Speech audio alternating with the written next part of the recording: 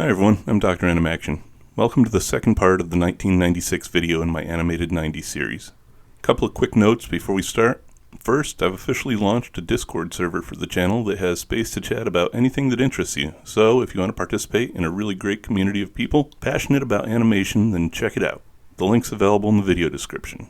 Second, I started one of YouTube's channel memberships with a couple of little perks that you can all check out too if you want. But enough about that, let's get on with the rest of 1996. Picking up where we left off, the year brought a couple more series that were based on video games to go over. There were some odd choices too, with the games being a flight sim and the bloodiest, most controversial game in history up until that point. Starting with the first of those, we got a series called Wing Commander Academy, based on the Wing Commander game series. Running for a single 13-episode season on USA's Action Extreme Team block, the show was something of a prequel and retcon to the first Wing Commander game, as in that, you start as a nameless pilot already assigned to the TCS Tiger's Claw, but the series starts with Lieutenants Blair and Marshall being newly assigned to it. So in a lot of ways, it's kind of more like the live-action movie starring Fred and Shaggy, which, for the record, I actually kind of enjoy. However, the one thing that the series gets right, but the movie doesn't, is that it uses the game's excellent voice cast for the series, with Mark Hamill, Thomas F. Wilson, and Malcolm McDowell all reprising their characters, joined by actress Dana Delaney. It was actually a really decent show, but as I've said, I'm a huge aerophile with a soft spot for any kind of aviation, so I'm probably pretty biased. The other video game adaptation we got came from every parent's cold sweat nightmare-inducing child corrupter, Mortal Kombat. The series, called Mortal Kombat Defenders of the Realm, was also part of the USA Action Extreme Team, where it too aired for a single 13-episode season. There was some good news for parents though, as the show more closely followed the movie continuity than the games, while expanding the roster to bring in a number of MK3 characters, all without sparing a second thought for the movie's best character, Artlene. The show actually outdid the movie in one notable area though, which definitely isn't hard to do for the sequels, but it made some great casting choices, with Clancy Brown as Raiden, Luke Perry as Sub-Zero, and Ron Perlman as Stryker. I love Christopher Lambert, but Clancy Brown was a great choice for Raiden, and Ron Perlman can make even a character as lame as Stryker cool with little to no effort. This next category is probably going to seem like a bit of a catch-all, and honestly it kind of is, but everything in it was pretty funny, so its placement is justifiable. We'll start with a show that was actually made as a parody of action cartoons from the time with Project G.K.R, which came from the team behind Earthworm Jim. It was about a genetically engineered, shape-shifting soldier who was stolen from a lab by a cyber land pirate lady before he could be fully programmed. The soldier was intended to be used by your typical generically evil business person to take over the world, so the series is G.K.R and the thief, named Lady Macbeth, trying to keep away from the evil corporation. The fact that G.K.R is essentially a brainless klutz who can't control his powers means the series is a constant stream of antics in some form or another. It only lasted for a single 13-episode season before it was unceremoniously killed off in CBS's Great Saturday Morning Purge in December of this year. Speaking of brainless lab creations, the next series I have in this category is called The Mouse and the Monster, which aired on UPN Kids for one 13-episode season. This one starts with a concert pianist dying on stage from a heart attack and having his brain stolen to be used in a mad scientist Franken ripoff. Somehow, though, the monster, whose name is Mo, already has a personality and is capable of independent activity even without a brain, and an escaped lab mouse named Ches helps him get away from the mad scientist. Just like Project G.K.R, the series then follows their exploits as they try to avoid being recaptured by the Doctor. But let's not leave the world of science just yet, as we got a third series this year focusing on the field in the form of the first entry into Cartoon Network's Cartoon Cartoon, Jendi Tartakovsky's Dexter's Laboratory. For those who don't know, Cartoon Cartoons were spun off from the previous year's What a Cartoon Show, and it was the landing spot for series successfully born out of that. Anyway, Dexter's Lab's about a boy genius and his troubles dealing with a destructive older sister, oblivious parents, and a fellow boy genius arch-nemesis. Honestly though, I don't think I probably need to say anything else about its plot, as I'm relatively certain most of you are familiar with it. I'll just mention that it also gave us the pretty hilarious Dial M for Monkey and the Justice Friends, both of which probably deserve shows of their own. It was also a launch point for a handful of other Cartoon Network animators who ended up having their own series that we'll cover later, as well as Seth MacFarlane. The show ran for 78 episodes across 6 seasons. Okay, now we're done with science and labs, so let's move on to a series that just takes place in a normal neighborhood and school that aired on Cartoon Network's most direct competition, Nickelodeon. Hey Arnold follows a cast of 4th graders from a fictional American inner city through their normal everyday 4th grade lives. It was a pretty good slice-of-life sitcom and told some interesting urban legend-based stories, but it's not something I ever saw more than a couple of episodes of, even though it ran for a full 100 of them over 5 seasons. Finally, in this category, we have a show that was something of a spiritual successor to Liquid Television, as it was a showcase for alternative and indie animation. It was a new addition to the Nicktoons lineup called Kablam. The series was an anthology of short films from various creators and was actually spun off of an earlier Nickelodeon live-action sketch comedy show called All That. It ran for 4 seasons and a total of 48 episodes. The series was packed full of an eclectic mix of stories and styles, and there's a lot more of it than I can cover here. So I won't, and instead I'll just kind of breeze past it and on to the next category. The year also brought a quartet of what I'm considering to be educational series with it as well. I'll start with the one that probably makes the worst fit in this category, though. The show is called Seabear and Jamal, and it aired on Fox Kids for 13 episodes. It follows an elementary schooler named Jamal and his rapping teddy bear, who was voiced by iconic 90s rapper Tone Loc. The reason that I'm putting it in this category is that it was a heavily moral of the episode series, with each teaching a different life lesson about things like avoiding fights, respecting your parents, and growing up. The show had several well-known comedians and veteran actors on its cast, too, including Margaret Cho, Tootie from Facts of Life, Kim Fields, and Jaleesa from the Cosby Show spin-off A Different World, Dawn Lewis. Next up is a Disney Channel series called Amazing Animals, or Henry's Amazing Animals if you saw it on home video.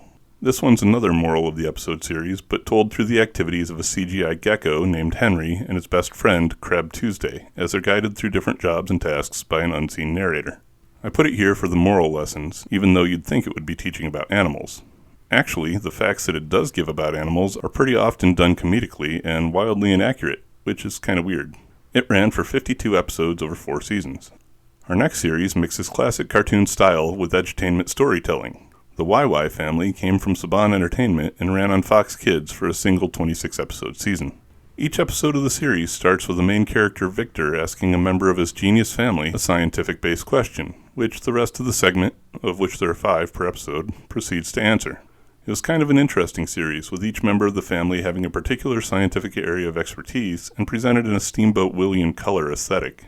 Lastly here, we get to a series presented by the History Channel for the second video in a row, and it won't be the last. This year's entry is produced by Deke, though, and comes in the form of the mixed media Inspector Gadget's Field Trip, which has the animated inspector visiting real-world, real-video locations over its 2 seasons and 22 episodes.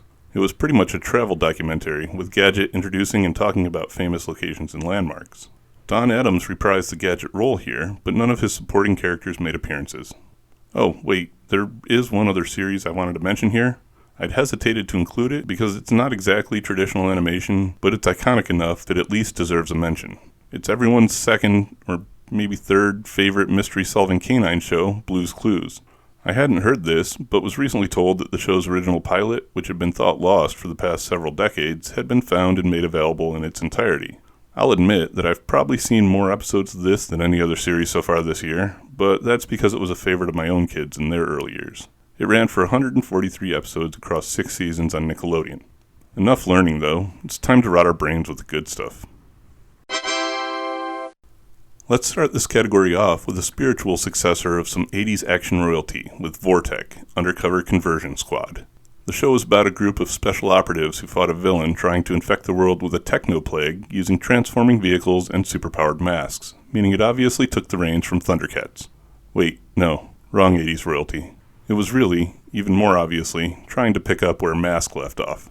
Unfortunately, with no supporting toy line and really no original ideas, cool as the reused ones were, it only lasted for a single 13-episode season as part of the Power Block with Reboot, G.I. Joe Extreme, and another series we'll get to in a minute. The voice cast was mostly Canadian, as it was a joint production between Universal Cartoon Studio and a French-Canadian producer, but it was directed by Susan Blue, who we talked about in Part 1 as the Richie Rich voice director. She's going to show up yet again in a couple minutes as well. Moving on, we have a series that I sadly missed because it looks pretty interesting. It's called Bureau of Alien Detectors and aired for 13 episodes as part of UPN Kids. It follows a 5-member team called Phalanx Squad as they, well, detect aliens, I guess. Seriously, though, they protect Earth from extraterrestrial threats while dealing with various shady goings-on within their own organization. It sounds pretty tropey with a grizzled veteran leader, computer guy, science guy, muscle guy, and psychic lady, but from the intro also looks like it had some cool designs and animation. Too bad it's pretty hard to track down now. I mean, Not really, as the whole series is on YouTube. I'm just either too lazy or too busy to watch it. Moving on. Next up, we had an animated adaptation of a boy version of a popular girls' toy line. Does anyone remember Sky Dancers, the pull-the-string helicopter doll things? They had a counterpart made for boys called Dragonflies, with a wicked 90s Z instead of an S, and it got a 26-episode animated series that ran for a couple of seasons in syndication. The series is set in a post-apocalypse where human dragon riders wage war across a decimated wasteland against a similarly powered race of, you guessed it, reptilians. Anyway, what's left of humanity lives in the flying city Airlandis, which had originally been called Sky Ground Town, and are protected by a team of energy weapon-wielding armored dragon-riding knights. It's a blatant toy commercial, but it's got a decent-looking design. The girl version of the toys didn't even get a series. Hey everyone, editing Animaction here, and I may be wrong about that. I see that there was a 26-episode series released in France, but Wikipedia has no mention of it ever being released in the US. Meanwhile, IMDb has that same series listed as released here on October 14th of this year, so yeah, do with that what you will. That brings us to a pair of anthropomorphic animal series that came out this year, as the trend was actually starting to fizzle out, at least for action. The first of these two series was called Captain Simeon and the Space Monkeys, and ran for 26 episodes in syndication as part of Bobot's Amazing Adventures. The series was about, well, have you seen the Tim Burton Planet of the Apes? We'll combine that with Bucky O'Hare, which we covered a few years ago, and you've pretty much got the picture. The main character led a 5-man team consisting of the strong one, the smart one, the serene female martial artist who's second in command, and the goofy Joker against the living black hole and his cyborg monkey army. Sure, it sounds a little cliche and samey, but it had great design and nice art, and a monkey who shot laser pistols with his feet, which always goes a long way with me. The other anthropomorphic series of the year aired for 13 episodes on the Kids WB and followed the canine pets of various world leaders as they donned combat armor which made them into Kano sapiens and gave them superpowers they used to fight evil as the Road Rovers. This one was a change of pace with a 6-member team consisting of the level-headed leader, the serene female strategist who's the second... You know what? You guys know the tropes. Interestingly, the voice cast of the series consisted of not just Frank Welker and Jim Cummings, but 2 of the Warner siblings in Jess Harnell and Tress MacNeille, and Grammy-winning musician Sheena Easton in multiple roles. It also had a great character that you weren't likely to find in other action shows, with a lovable but insane muzzle. It's actually a really decent show that I've watched since its release, though much later than when it first aired. Next, I want to mention the Seoul Tokusatsu series that this year brought us to try and capitalize on the Rangers' continued success. This one was another Saban adaptation, this time of the series Juku Bee-Fighter, renamed for American audiences to Big Bad Beetleborgs. This one did a little better than a lot of the others from the era, lasting for 2 seasons of 88 total episodes on Fox Kids. That may be because the US version cast kids as the heroes' alternate identities and focused on more of a sitcom approach than an action one. It honestly seems like one of the more popular tokusatsu adaptations of the time, but it never caught on with me. With that though, I have 2 more series I want to cover. But both are awesome, both are iconic, and it's a coin toss as to which I should look at first. But I've got to pick one, so let's go with the return of one of the 80s top properties with Beast Wars Transformers. This show was awesome, with a great lineup of characters, great storytelling, and a cool concept that allowed them to continue introducing new characters throughout the show. It was also pretty nicely computer animated, especially considering the time period. It's also one that means a lot to me personally, as after I got to my permanent unit in the Army, this series was still airing. I clearly remember my friends and I all heading back to the barracks after PT in the morning and turning it on to start our day. So does that mean I'm viewing the series through rose-tinted glasses? Maybe. You all have to tell me your own thoughts about it in the comments. The series was also the 4th one in the Power Block with Reboot, G.I. Joe Extreme, and Vortex that I'd mentioned earlier, and also the other one directed by Susan Blue. The series even went on to not only get a sequel here in the US with Beast Machines, but also a sequel anime of 43 episodes in a movie with an accompanying manga called Beast Wars 2 Super Lifeform Transformers, and a second anime sequel to that with the 35-episode Super Lifeform Transformers Beast Wars Neo. The original US series of Beast Wars, though, aired for 52 episodes across 3 seasons in syndication. And now all we're left with is the final series of the year, which was a Japanese import of a sequel to a previously imported Japanese series that didn't do so well here on American networks. It's a niche little show called Dragon Ball Z. Again, just like it happened with the original Dragon Ball, the series had also had some earlier small releases in different markets here in the US, but this year saw its wide-scale release, premiering September 13th in syndication. This version was heavily cut though, and even though it was popular, only lasted for 2 seasons, which was just a small part of the show's actual 291 episode run. That being the case, I don't think we should consider this the show's real triumphant American dominating appearance, and instead we'll revisit it again a little later in this series. While doing research for this video, I came across a couple of series I forgot in some previous years. I try to put these together using the lists on Wikipedia as a starting point, and then combing over IMDb and other things like the Cartoon Database and a handful of other sites, but sometimes it gets tough to catch it all, especially things that originate from other countries and eventually make their way over here. So that's my excuse, and I hope you all don't hold it against me because, well, it'll probably happen again in the future. Anyway, the series that I missed were both anime, one of which I've actually talked about on the channel before in the 1980 Japan video. This particular series was the American version of New Tetsujin 28, or as we got it, The New Adventures of Gigantor. Originally broadcast more than a decade earlier in Japan, the series aired here in the US on the Sci-Fi Channel in 1993, apparently continuing all the way through 1997. This series, like the original, followed the adventures of a boy and his giant robot and ran for a total of 51 episodes. One of the most interesting tidbits I read about the show is that the main character of Jimmy Sparks is voiced by none other than the US voice of Rita Repulsa, Barbara Goodson, with Doug Stone, who was the voice of Matt Tracker and Psycho Mantis from Metal Gear Solid, which I also thought was pretty cool, as Bob Brilliant. The second series I missed was slightly more recent though, as it aired here in the US in 1995. It was an adaptation of an anime from Tatsunoko called Tekkamon Blade, which we got as Technoman. The series was brought over by Saban and heavily cut to air for 43 episodes on UPN Kids, chopped down from the original 50 that the series was comprised of. It's an alien invasion anime where Earth's best hope is a special defense unit called the Space Knights, and combines a handful of anime standards like superhero transformations and mecha. It's a pretty cool series, but unsurprisingly the cut version is kind of lacking compared to the original. Now that I've made up for those omissions, let's take our usual look at where the series from this episode can be watched as of September 2023. Like with so many years before, there are several that don't have any official release, including Little Mouse on the Prairie, Project G.K.R, Richie Rich, Vortec Undercover Conversion Squad, Captain Simian and the Space Monkeys, Dragonflies, Eagle Riders, The Mouse and the Monster, Saban's Adventures of Oliver Twist, and The Tex Avery Show, though that one consists of shorts that can be found elsewhere. I tell ya, seeing how many of these series throughout all these videos don't have an official release, or did at one point and don't need more, makes me want to start fundraising to acquire the rights to them and start a print-on-demand DVD company to make them available again. Maybe someday. Anyway, there are a decent number from the year that can be streamed, like Quack Pack, The Incredible Hulk, and The Mighty Ducks on Disney+, Flash Gordon, All Dogs Go to Heaven the series, and Beast Wars Transformers on Pluto TV, with Beast Wars and Flash also on Tubi. Tubi also has Bruno the Kid, which is on Vudu and the Roku channel as well. You can also see Inspector Gadget's Field Trip and Sea Bear and Jamal on Roku while you're there.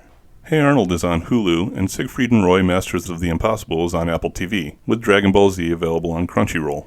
And lastly, Arthur can be watched on the PBS Kids site, Jumanji and the Big Bad Beetleborgs on Prime Video, and Adventures from the Book of Virtues on a service called Yippee, which I've never heard of.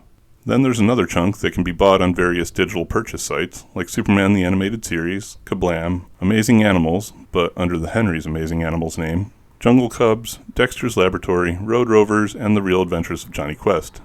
Finally, several of the year's series can be picked up on DVD, including Quack Pack, Wing Commander Academy, Johnny Quest, Road Rovers, All Dogs Go to Heaven, Dexter's Lab, Gadget's Field Trip, The Spooktacular Adventures of Casper, Arthur, Beast Wars, Hey Arnold, Jumanji, Superman, and DBZ.